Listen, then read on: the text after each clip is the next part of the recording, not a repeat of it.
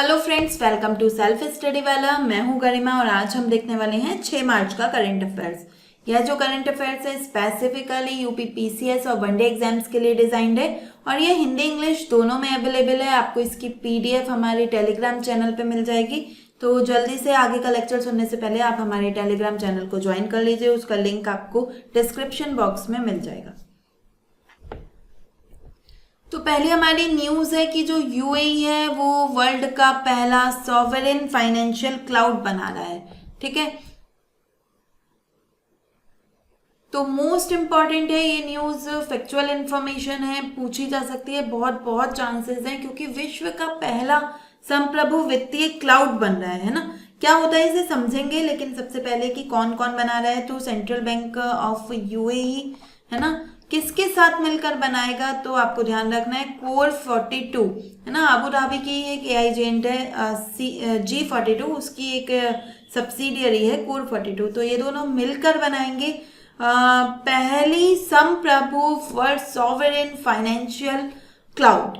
ठीक है, देखिए क्लाउड क्या होता है, उसमें डेटा स्टोर रहता है। ठीक है, हम जो भी डेटा यूज कर रहे हैं टोटल वो एक क्लाउड पे स्टोर रहता है। अब जनरली क्या होता है, जो बड़ी बड़ी कंपनियां हैं, जनरली जो यूएस से चाइना में कंपनीज हैं, वो वहां पे है उनका क्लाउड। ठीक, तो हमारे यहाँ का डेटा वो भारत में अगर कंपनी रन कर रही है तो हमारे भारत का डेटा है, लेकिन वो जाके स्टोर कहाँ कर रही है, यूएसए में, चाइना में, है ना। तो इससे क्या है कि देश का जो एक क्रूशियल डेटा है, क्रिटिकल डेटा हो सकता है, वो बाहर जा रहा है। तो उसको रोकने के लिए यूएई ने कहा नहीं भाई, हम तो अपना खुद का क्लाउड बनाएंगे। ठीक है, एक तरह की तिजोरी समझ लीजिए कि हमारा जो डेटा है उस तिजोरी में रखा जाएगा, क्योंकि संवेदनशील वित्तीय डेटा है ना, सेंसिटिव फाइनेंशियल डेटा स्टोर्ड है ना, तो वो स्ट्रिक्टली हमारे देश के अंदर ही रेगुलेट होना चाहिए, ऐसा यूएई का मानना है। ना कि कोई फॉरेन जो सर्वर्स हैं है ना, माइक्रोसॉफ्ट के जो अमेरिका में काम कर रहे हैं, वो हमारे देश के डेटा को हम दूसरे की तिजोरी में क्यों रखें अपना धन, है ना, अपना डेटा। तो यहाँ पे आपको मैं भी समझ आ गया होगा आसान भाषा में कि क्या है ये क्लाउड। तो क्वेश्चन बन सकता है कि हाल ही में एक कॉन्सेप्ट चर्चा में रहा, सॉवरेन फाइनेंशियल क्लाउड, तो इसका क्या मीनिंग है। Cloud system managed by multiple companies, no. Digital infrastructure ensuring financial data remains within the nation's jurisdiction, तो ये एकदम सही है ना। नेक्स्ट है, आपको एक और चीज ध्यान रखनी है, सुलावेसी का हैंड स्टेंसिल मिला है और वो बन गई है अभी तक की ओल्डेस्ट नॉन रॉक आर्ट। ठीक है, हैंड स्टेंसिल हाथ से बनाया गया है और अभी तक हमें जो भी कला अभी तक फेमस थी, जिसके बारे में हम जानते थे, है ना, तो वो जो है वो बन गई है सुलावेसी का हैंड स्टेंसिल, सबसे पुरानी कला। ठीक, कितनी पुरानी है, लगभग 67,800 वर्ष पुरानी है। सुलावेसी आइलैंड कहाँ पे है, ये इंपॉर्टेंट है, तो इंडोनेशिया में है ना, ध्यान रखना है, सुलावेसी इंडोनेशिया में है। इससे पहले जो हैंड स्टेंसिल माना जाता था सबसे पुराना, वो स्पेन का था। वो लगभग 66,700 ईयर्स पुराना था, लेकिन ये उससे भी ज़्यादा पुरानी है ना, लगभग 1100 साल ज़्यादा पुरानी है। तो अब ये सबसे पुरानी हैंड स्टेंसिल बन गई है, जो भी मानव ने निर्मित की है आर्ट सबसे पुरानी, है ना, वो है सुलावेसी हैंड स्टेंसिल। ठीक है, इसकी एज का पता लगाने के लिए हमने laser ablation uranium series dating का यूज किया। इसमें क्या होता है कि हमने जनरली जो पेंट होता है ना, जिससे वो आर्ट बनाई है, उसको पता किया जाता है कि वो पेंट कितना पुराना है। लेकिन यहाँ पे उन्होंने क्या किया, जैसे मान लो कि दीवार पे वो पेंट किया गया, ठीक है, अब पेंट करने के बाद उस दीवार पे मिट्टी जमा होनी शुरू हो गई, है ना, तो हमने देखा कि पेंट के ऊपर ही मिट्टी जमा है। तो अगर हम मिट्टी को पता लगा लें कि उसकी एज कितनी पुरानी है ना, तो हमें पता चल जाएगा कि ऑब्वियसली कि जो आर्ट है वो तो उससे पहले की ही होगी ना, क्योंकि आर्ट के ऊपर ही वो मिट्टी जमा है। ठीक, तो उस डस्ट के बारे में पता लगाकर, है ना, क्योंकि उस डस्ट में है कैल्शियम कार्बोनेट, है ना, तो उसके बारे में पता, उसकी एज का पता लगाकर हम पता लगा सकते हैं कि वो जो पेंटिंग है या फिर वो जो स्टेंसिल है वो कितना पुराना था। ठीक, तो इसका हमने यूज किया है। तो कहाँ पे है ये, कहाँ मिली है हमें, इंडोनेशिया में मिली है। लियांग मेंटाडूनो केव इंडोनेशिया में। ठीक है, आपसे पूछ लेगा सुलावेसी आइलैंड कहाँ पर है, तो ये भी इंडोनेशिया में ही है। ठीक है, तो आंसर बनेगा बी। नेक्स्ट है वर्ल्ड का लार्जेस्ट सेमीकंडक्टर क्लीन रूम बना है, भारत में ही बना है ना, माइक्रोन टेक्नोलॉजी ने बनाई है। एटीएमपी फैसिलिटी कहाँ पे, सानंद गुजरात, ध्यान रखना है सानंद गुजरात में। इवन प्रधानमंत्री मोदी ने इसका आधिकारिक रूप से विमोचन किया है, उसमें शामिल हुए। ठीक है, देखिए जो सेमीकंडक्टर होता है ना, सेमीकंडक्टर को से जो चिप वगैरह बनती है ना, इलेक्ट्रॉनिक क्षेत्र में सेमीकंडक्टर उसकी सोल है, आप समझ सकते हैं। ठीक है, मतलब सेमीकंडक्टर जैसे आत्मा के बिना शरीर अधूरा है, ऐसे ही सेमीकंडक्टर में जो इंडस्ट्री है वो अधूरी है इस सिलिकॉन के बिना। ठीक है, तो ये सिलिकॉन कैसा होना चाहिए, जितना साफ होगा, जितना शुद्ध होगा, उतना ही हमारा जो मैन्युफैक्चरिंग इंडस्ट्री है, इलेक्ट्रॉनिक उपकरण है, वो अच्छे से काम करेंगे। ठीक, तो उसमें क्लीनलीनेस का बहुत रोल होता है। तो उसके लिए हमने बनाया है क्लीन रूम, जहां पे क्लीन किया जाएगा सिलिकॉन को। लगभग 5 लाख स्क्वायर फीट का ये क्लीन रूम है। क्लास 1000 रेटिंग में से क्लासिफाइड किया गया है, मींस कि इसके जो 1 क्यूबिक मीटर होगा, है ना, 1 क्यूबिक मीटर, 1 मीटर का घन मान सकते हैं, उसमें सिर्फ 1000 पार्टिकल्स होंगे, है ना।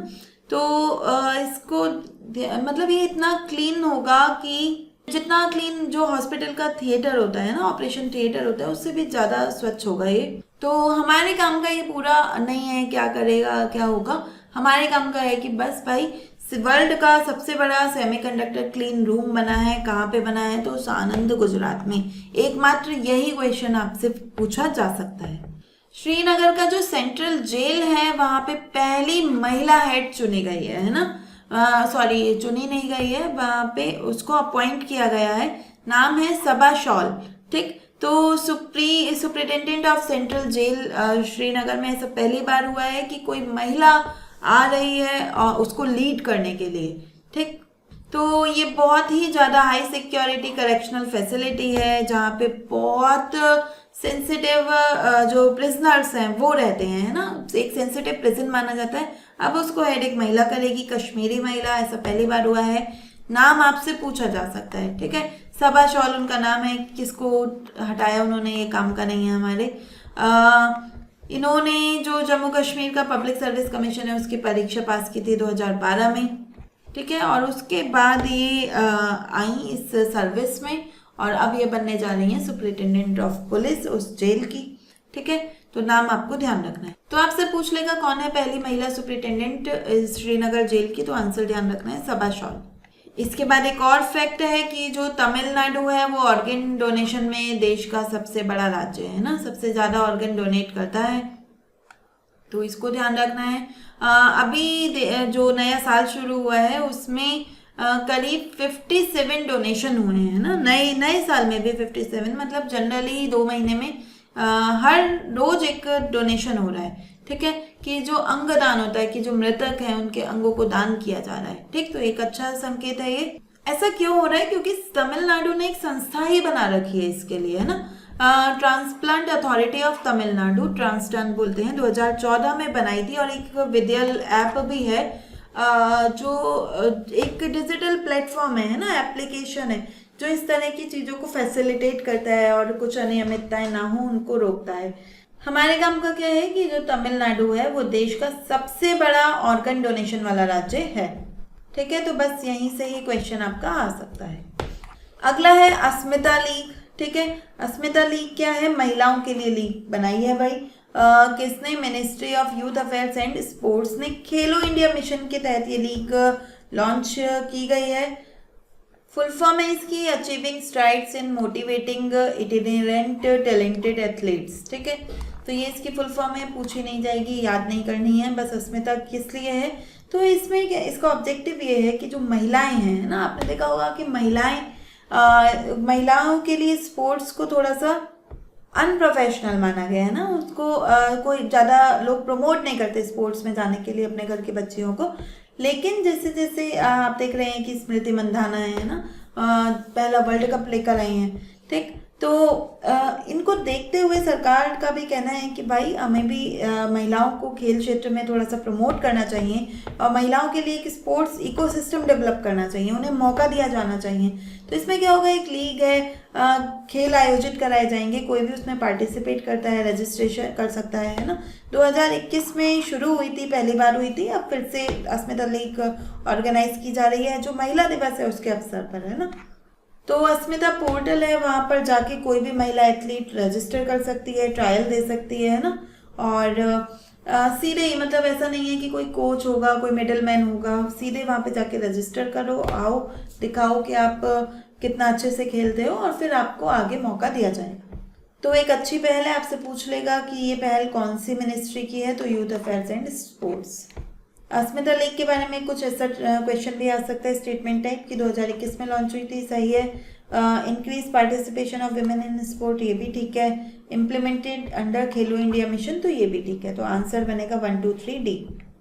नेक्स्ट है कि जो चिली है ना, चिली पहला ऐसा अमेरिकन देश बन गया है जिसने लेप्रोजी यानी कुष्ठ रोग, है ना, हैंसन रोग भी कहते हैं, इसको पूरी तरह से एलिमिनेट कर दिया है। ठीक है, ध्यान रखिएगा कि आपको आएगा कि यूएसए हो सकता है या अदर जो साउथ अमेरिका के देश हैं, तो नहीं, पहला ऐसा देश बना है चिली।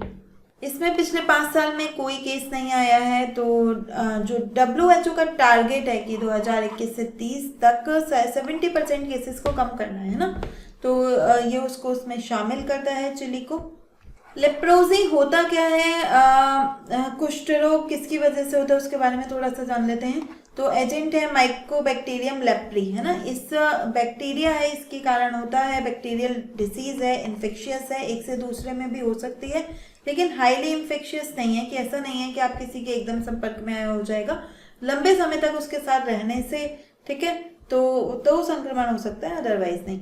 किस किस को टारगेट करता है ये संक्रमण, सबसे पहले स्किन पे इसका प्रभाव दिखाई देगा, लेकिन धीरे धीरे जो हमारे नर्वस सिस्टम है ना, उसको जो तंत्रिका तंत्र है, श्वसन तंत्र है, उन आंखें हैं, है ना, तो उन सबको धीरे धीरे ये प्रभावित करता है बैक्टीरिया। कैसे फैलता है, नाक और मुंह से निकलने वाले जो ड्रॉपलेट्स होते हैं उनसे फैलता है। ऐसा नहीं है कि अब ट्रीट नहीं किया जा सकता, इसका इलाज संभव नहीं है, इलाज संभव है, कंप्लीटली क्योरेबल है ना, ध्यान रखिएगा, मल्टी ड्रग थेरेपी से कंप्लीटली क्योरेबल है। ठीक है, थोड़ी सी डिफिकल्ट है ये थेरेपी, लेकिन इलाज संभव है ना।